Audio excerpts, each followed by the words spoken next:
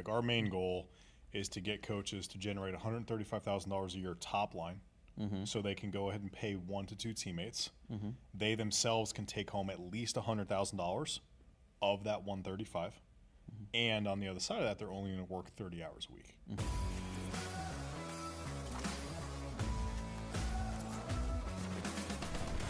So, Steve, we, first of all, let's just give a shout out to Ty on the podcast setup here. But Yeah, I mean, this we've is upgraded. amazing.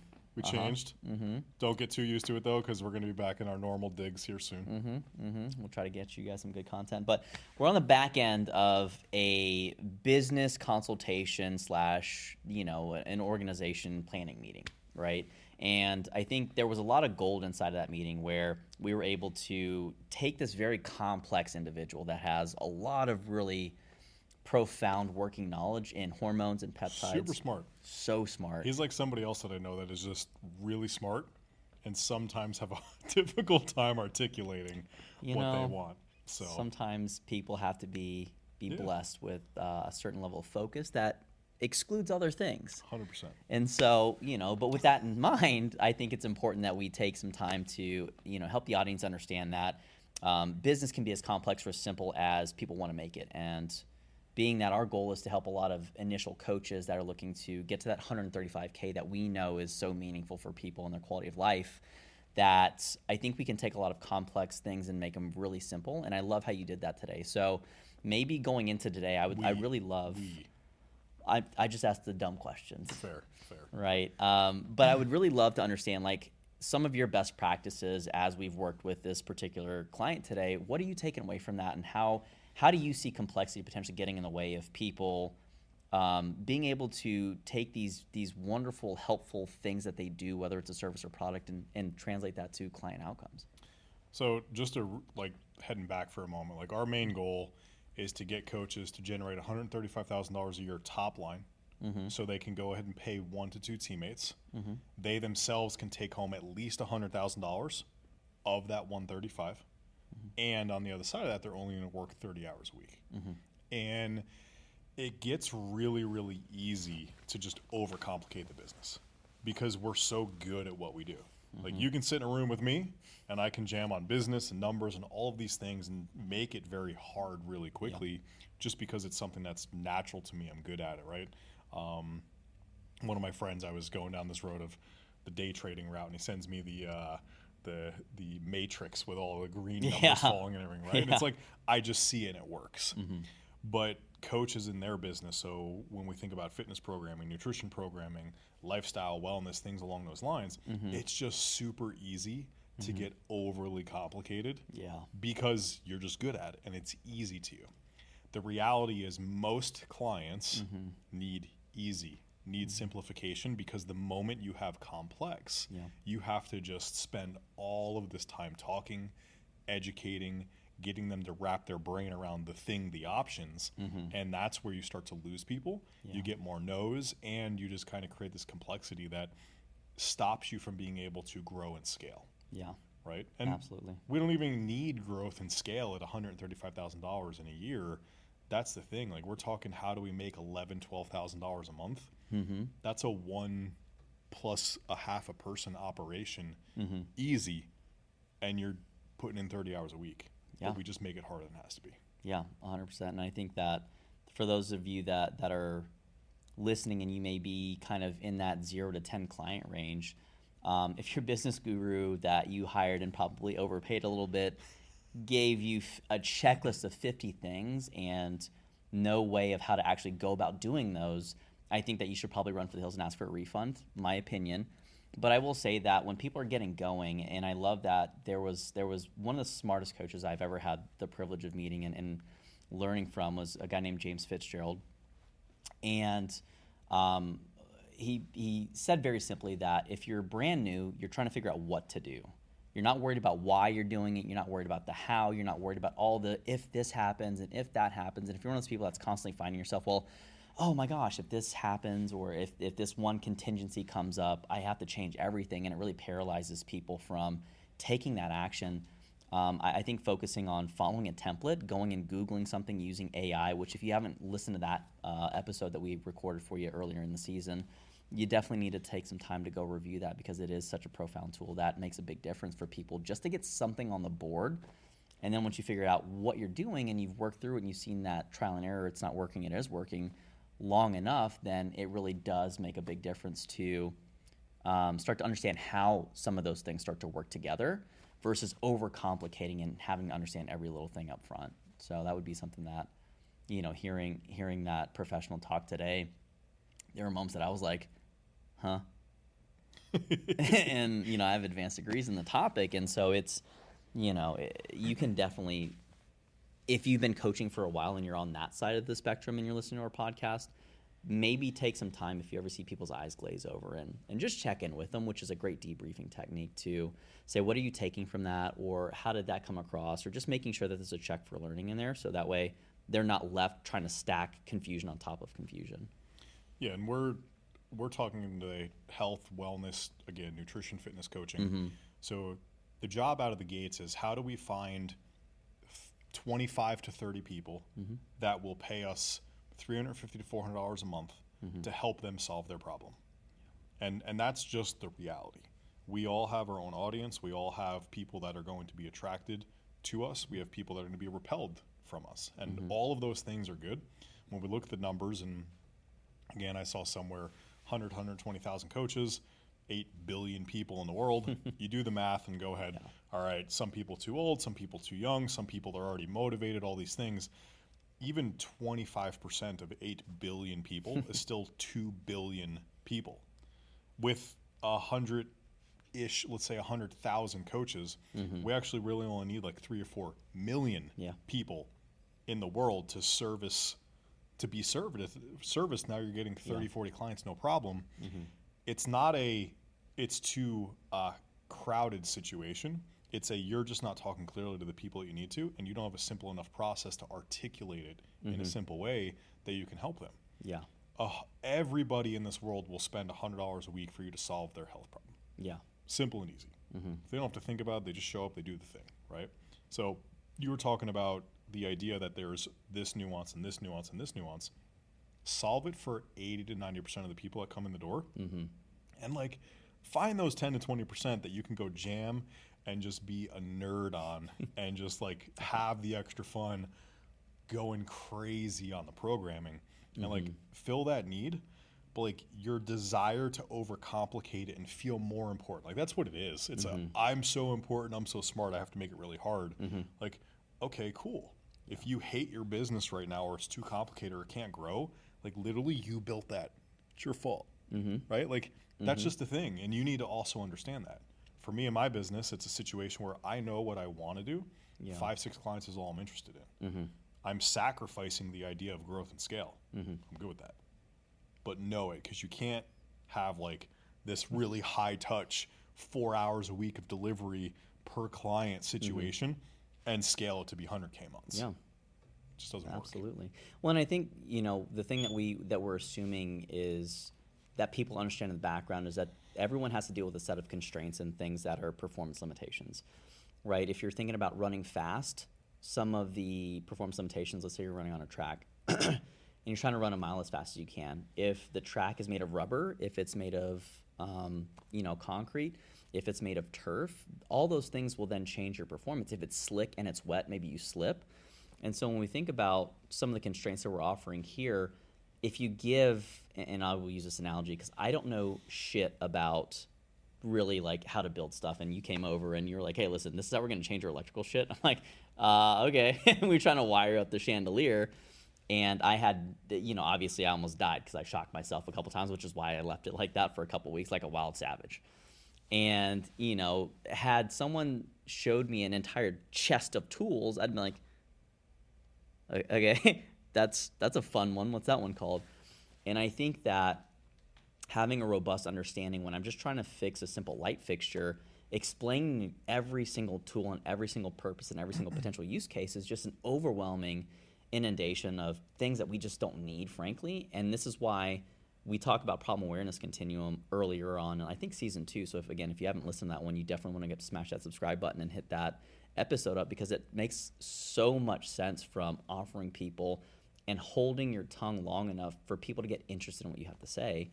And I think when it comes to complexity, we're dealing with these performance constraints of like giving the person the tool that they need to solve the problem they're dealing with that they think is most important versus the stuff that we know as experts in our fields, whether it's coaching, whether it's business, whether it's peptides, anything along those lines. If we don't want to give them the weather forecast for 7 years from now because it's not even relevant for what we're going to wear today. Yeah. You know.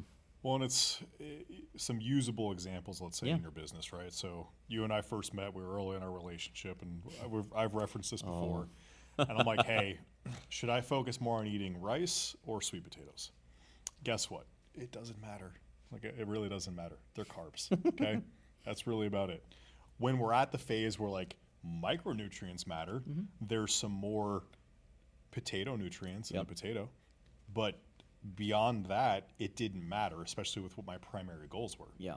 So when we think about certain things, like, okay, this guy's got a mental issue and he doesn't want to eat carbs. Okay, well, how do we break him through that? Well, I'm just going to make him eat gallons of powdered sugar when he's running a race.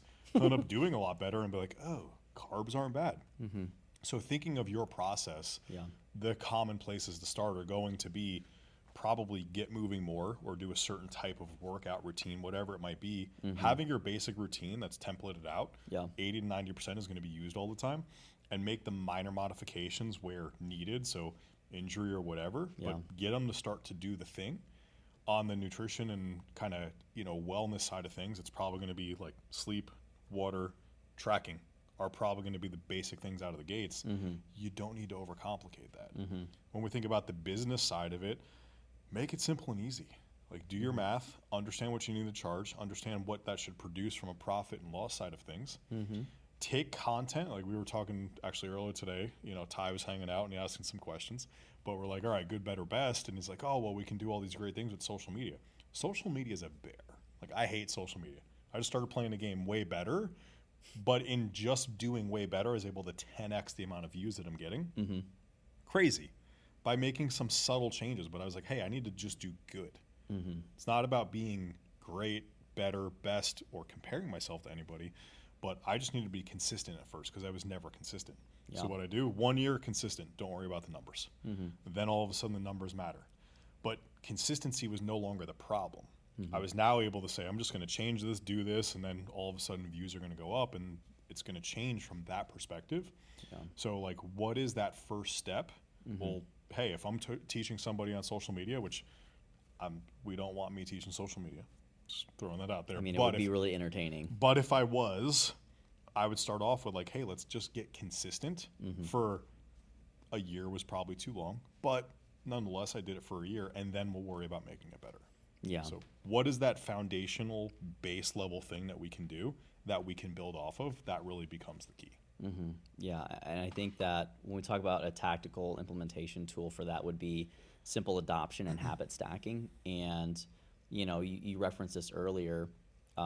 If you don't know, if you need a payment processing system and you're trying to worry about getting your first 5 clients and you're worried about your website design and you're worried about your social messaging and you're worrying about your ideal client avatar and you're worried about, covering overhead because now you have a facility rented, like that's 50 million things that in the absence of good behaviors and good habits that you can then open up your bandwidth mentally for other things, aka increase complexity.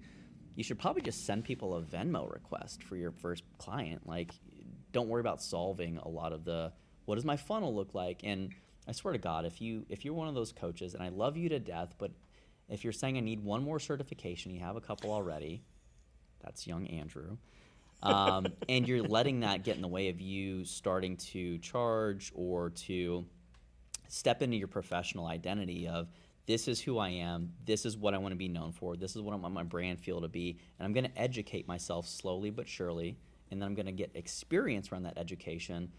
I think that you need to stop asking about funnels. Like, if you have a business guru again, and they talk about how they made $1 million on a funnel and the funnels are trash now, and they kind of go back and forth and they change their opinion, instead of teaching the basic principles that do apply in most situations, that's how you know you have a good educator or a good coach or a good mentor, is that they're able to take a lot of the noise and remove it from the situation. Now, I will say this, in that complexity inherently is not bad. It's just misapplied often because people don't know how to organize and prioritize.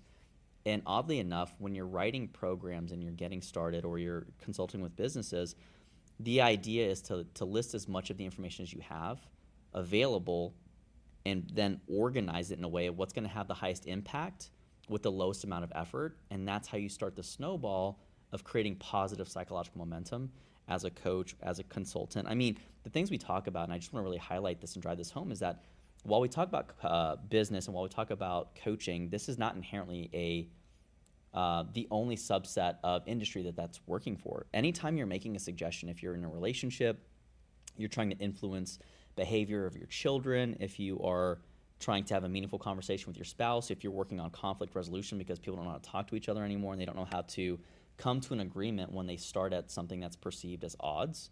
Like, these are all things that will make you a more effective human being in just about every domain. So, I mean, Steve, anything to close out the episode as we talk about how to reduce complexity and any tips or tricks to make that a thing?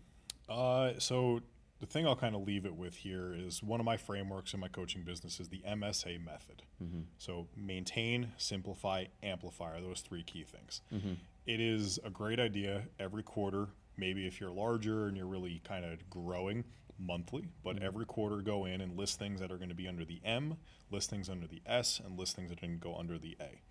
Generally speaking, you should only have like total 2 or 3 things under the S and the A because those are things that require action and change. Mm-hmm. The thing we're talking about right now is identify the S, the simplify stuff, and how do we reduce some of the cumbersomeness that exists somewhere in your business. So if you have one action item out of listen to this, it's go back, look at your business. What one thing can I make more simple? What one thing can I make it produce more results without doing more work, right? If you're doing coaching calls, record the coaching calls and use those for content on social media, right? Don't worry about extra stuff right now. Just do the thing you need to do. So find one thing to simplify, make it easier on yourself, your team, your whoever, your clients especially, and that is going to be something that helps you grow and scale your business more quickly, not the next launch or cool thing or scholarship or anything along those lines that everybody's talking about. Launch and struggle. Just had to launchandstruggle.com. You know, there's a lot of nuggets and Easter eggs. Go listen to episode 1 if you want to know what up. But, you know, and I love the fact that you have this very simple framework. It's 3 letters. I think for the people that are prone to rabbit holes, like myself, and there's a reason why we're friends. We're very, we like to explore. Yes. You know, and there's nothing wrong with that. You just want to do it in a constructive fashion that doesn't derail the rest of your initiatives, and it doesn't overtake the things that you know are going to inherently work. And so I would add the E for explore in there. And these are things that are going to take you some time to understand. Is this viable? Is this financially feasible? Is this something that's going to lead to positive business outcomes before you even go down the route of like creating that stability in any way or wasting money, frankly, if you don't have any on something that is untested or that you're not certain of, especially when you're a little bit worried about financial or, you know, other types of relational constraints. Like, you can do anything. It's just going to take you a trade-off of you have to usually give something else up. And when people hold on to too many things at the same time, that's where they inherently get burned out, in my experience, you know, in the mental health field and in the coaching field. And I mean, frankly, it's just like everyone wants to do everything at the same time. And if it doesn't work, then they quit, which is why the average trainer only sticks around online coaching wise 10 months, or the personal trainer sticks around for 3 years. It's because they can't quite get over that hump of either knowing when to amplify it or simplify it. And they don't really focus on a lot of the stuff that they need to do to maintain where they currently have and not backslide. So if you got some value out of this episode, hit that like button. If you want us to talk about anything else, go ahead, throw that comment down there for us to take a look at. Otherwise, hit that subscribe button. If you have any questions for us, reach out on social media. Instagram's a place to be. We do hang out on TikTok. Andrew's I finally went viral. Highly entertaining. And by that, I mean, like, I had like 24 people like 24 people like it. Thanks, Mom. But Grandma. Every one of your family members. Yeah. It's a small family. Small. But outside of that, until next time, thanks for hanging out with us at Beyond the Pump, where we break down the business of fitness and nutrition. Until next time, gang.